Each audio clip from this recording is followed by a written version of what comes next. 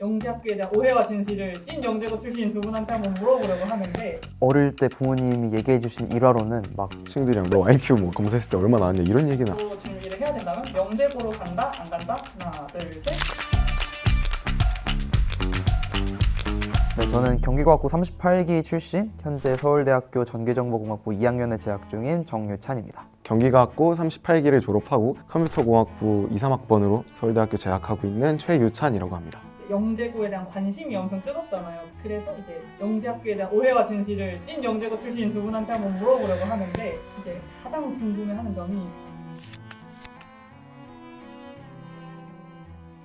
어릴 때 부모님이 얘기해 주신 일화로는 막 혼자 공책에 막 숫자 같은 거 쓰면서 놀았던 적이 있었다, 그랬던 게 있었고, 어릴 때 예전에 태안에 놀러 갔던 적이 있었는데 그때 마침 그 태안에 그 기름 유출 사고가 있었어가지고 되게 논란이 많이 됐었던 적이었거든요. 그때 이제 막 기름 제거 작업하시고 막 바다에 펜스 같은 거 치시고 그런 걸 보면서 이제 부모님한테 이 기름이 왜 물 위에 뜨는지, 그리고 제거 작업을 왜 이런 식으로 하는지 막 물어보고 그랬던 게 에피소드로 남아있네요. 제가 초등학교 당시에 방영했던 프로그램 중에 하나가 문제적 남자라는 프로그램이 있었는데 제가 그거를 많이 봤었어요. 근데 약간 답을 그냥 보는 게 아니라 뭔가 문제 딱 보고 풀다가 내가 못 풀겠으면 일부러 멈춰놓고 풀릴 때까지 막 생각하고 막 부모님한테도 이거 어떻게 하는 건지 모르겠다 막 이러면서 막 얘기하고, 크게 남달랐던 건 사실 없는데 그게 가장 저한테는 남달랐던 에피소드인 것 같아요.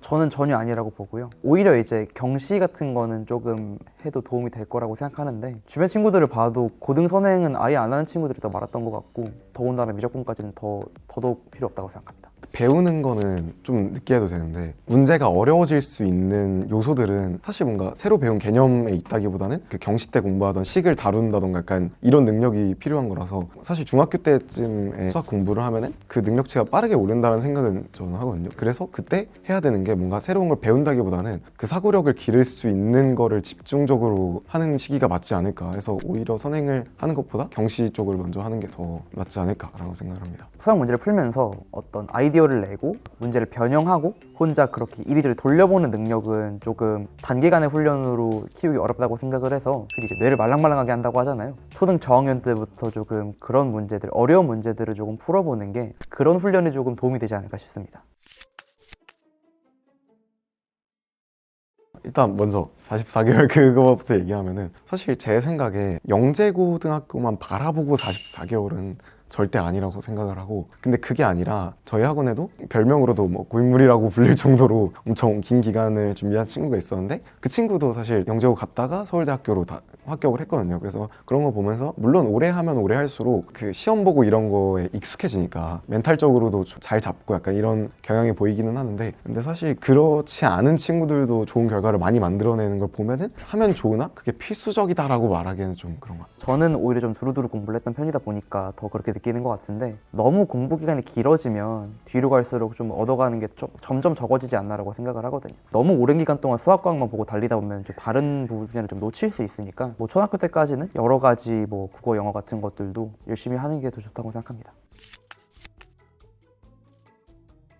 저는 고등학교에서 IQ 얘기는 한 번도 안 해본 것 같아요. 친구들이랑 너 IQ 뭐 검사했을 때 얼마 나왔냐 이런 얘기는 한 번 진짜 안 해본 것 같고, 이 정도는 대하 천재다 약간 이런 얘기도 거의 안 했었던 것 같아요. 그러면 두 분도 본인의 IQ 같은 걸 테스트 해본 적은 없으시겠죠? 일단 저는 없어요. 저도 초등학교 때 재미삼아 뭐 그냥 간단한 테스트 같은 거 막 핸드폰에 나오는 그런 것만 해봤지 정식으로는 잘 모르겠네요.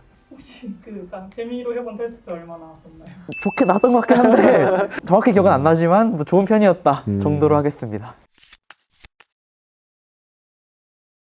저희도 그런 얘기 하거든요. 아, 얘는 진짜 천재다, 얘는 일단 확실하게 천재다, 뭐 이런 친구들이 있거든요. 이렇게 이제 저희 둘이 고등학교 때 같은 반이었는데 저희 반에 있었던 한 친구가 있었는데, 사실 초반에는 제가 좀 더 이해도가 높고 약간 이런 느낌이에요. 문제 잘 풀고. 그리고 이 친구는 좀 놀아요. 처음에 사실 시험 전에는 좀 놀다가 시험 기간이 딱 들어왔을 때 철저하게 시간 관리하면서 뭐 밀렸던 문제 같은 거 싹 다 풀고, 시험 막 이틀 3일 전 되면 오히려 제가 막 못 푸는 문제 있으면 물어보고 있고, 약간 1학년 때부터 같은 반이었으니까 3학년 내내 그거 과정을 계속 지켜보면은 아, 내가 어떻게 해도 얘를 내신으로 이기긴 힘들 것 같다는 생각이 든 친구가 한 명 있었어요. 저희 학교는 게임이 원래 원천적으로 금지예요. 정해진 시간만 빼면은. 그러니까 체스 친구는, 네, 그 친구들은 이제 체스를 같이 맨날 해요. 이제 막 오프라인에서도 체스 두고 있고 그러니까 둘이 항상 이제 어. 같이 1대1로 하더라고요. 계속 1대1로 계속 하고 약간 막 다른 친구들 막 체스 할까 그러니까 이런 붐이 불었을 때는 옆에 가가지고 막 조언하고 있고 막 이런 친구였는데 한 친구는 물리고 한 친구는 수학 이 두 개를 완벽하게 잘하는 친구들이어서 주변에서 다 약간 쟤는 항상 저렇게 게임을 하지만은 그 수학과 물리에서 내가 못 이기는 애들 약간 이런 느낌의 분위기가 있었던 것 같아요. 그런 걸 보고 이제 저런 친구들이 있구나 하는 걸 느꼈었습니다. 근데 전체적으로 그냥 고등학교 친구들을 다 보면은 뭐 하나씩은 다 확실히 특출난 분야들이 있다. 하나씩은 다 본받을 게 있는 사람들이라고 생각을 해요. 일단 기본적으로 어떤 분야에 대해서 조금 호기심을 많이 가질 수 있는 친구들이 기본적으로 많이 있는 것 같고 걔 중에서도 이제 굉장히 특정 분야에서 남들과 다른 능력을 가진 친구들이 많이 있는 것 같아요. 이제 그런 거를 뭐 천재라고 한다면 천재라고도 할 수 있을 것 같아요.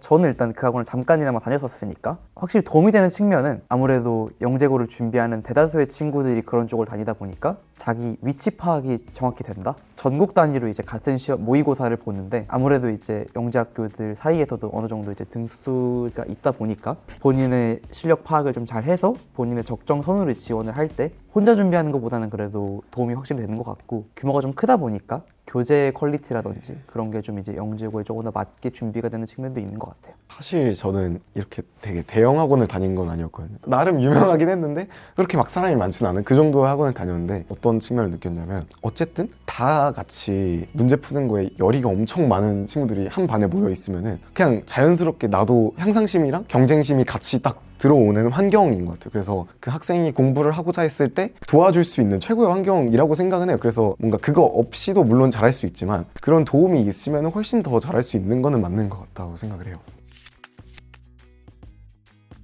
하나, 둘, 셋. 갑니다. 일단은 입시 과정에서도 좀 편했던 것 같고 왜냐하면은 저희 학교가 워낙 이제 입시 실력이 좋다 보니까 이제 이 정도 등수면 사실 서울대 가는 건 좀 걱정을 하지 안 하거든요. 잘. 그래서 좀 이제 좀 나름 편했던 것 같고 입시도 그래서 1학년 생활을 하다 보니까 고등학교 때 배웠던 걸로 우려먹을 수 있는 내용들이 좀 많아가지고 1학년을 상당히 편하게 다녀서 네 저는 다시 영재학교에 갈 것 같습니다. 제가 항상 우스갯소리로 하는 건데 저희는 일반 고등학교 1학년 친구들이 하는 거를 고등학교 3학년 때 하고 일반 고등학교 고3이 하는 걸 고등학교 1학년 때 한다라고 많이들 얘기를 하거든요. 공부 그러니까 강도가 그 정도라 그러니까 1학년 때가 제일 힘들고 점점 쉬워지고 사실 고등학교 3학년 때 대학 입시 스트레스도 있는데 공부 강도도 되게 힘들면은 그러니까 복합적으로 되게 스트레스를 많이 받을 것 같은데 영재고등학교 학생들은 뭔가 대학 스트레스 엄청 받지도 않다 보니까 그런 생활 자체는 되게 이점이고 그리고 또 하나 생각하는 거는 영재고등학교를 다니면서 되게 낭만이 있다라는 생각을 좀 했었어요. 그 낭만 있는 학교 생활을 할 수 있다고 한다면은 저는 다시 영재고등학교로 갈 것 같습니다. 사실 과외하면서도 느끼는 게 부모님 중에서 학생을 되게 열정적으로 응원하시는 분들도 계신데 그런 것도 중요하겠지만 본인 흥미가 저는 제일 중요하다고 생각해서 너무 몰아치지 말고 응원을 해주실 수 있으면 제일 좋을 것 같다라고 이런 말씀을 드리고 싶습니다. 고등학교 입시도 중요하지만 어쨌든 길게 보는 게 좋다고 생각하거든요. 그래서 너무 막 이제 영재고를 떨어졌다고 너무 낙심하기보다 아니면 이제 영재고 입시에 너무 목숨을 걸기보다 좀 장기적으로 갈 수 있게 계속 이제 노력을 꾸준히 하는 게 더 중요하다고 생각을 하고 영재고 입학하고 나서는 정말 이제 이점들이 많으니까 학교 생활 잘 즐겼으면 좋겠습니다.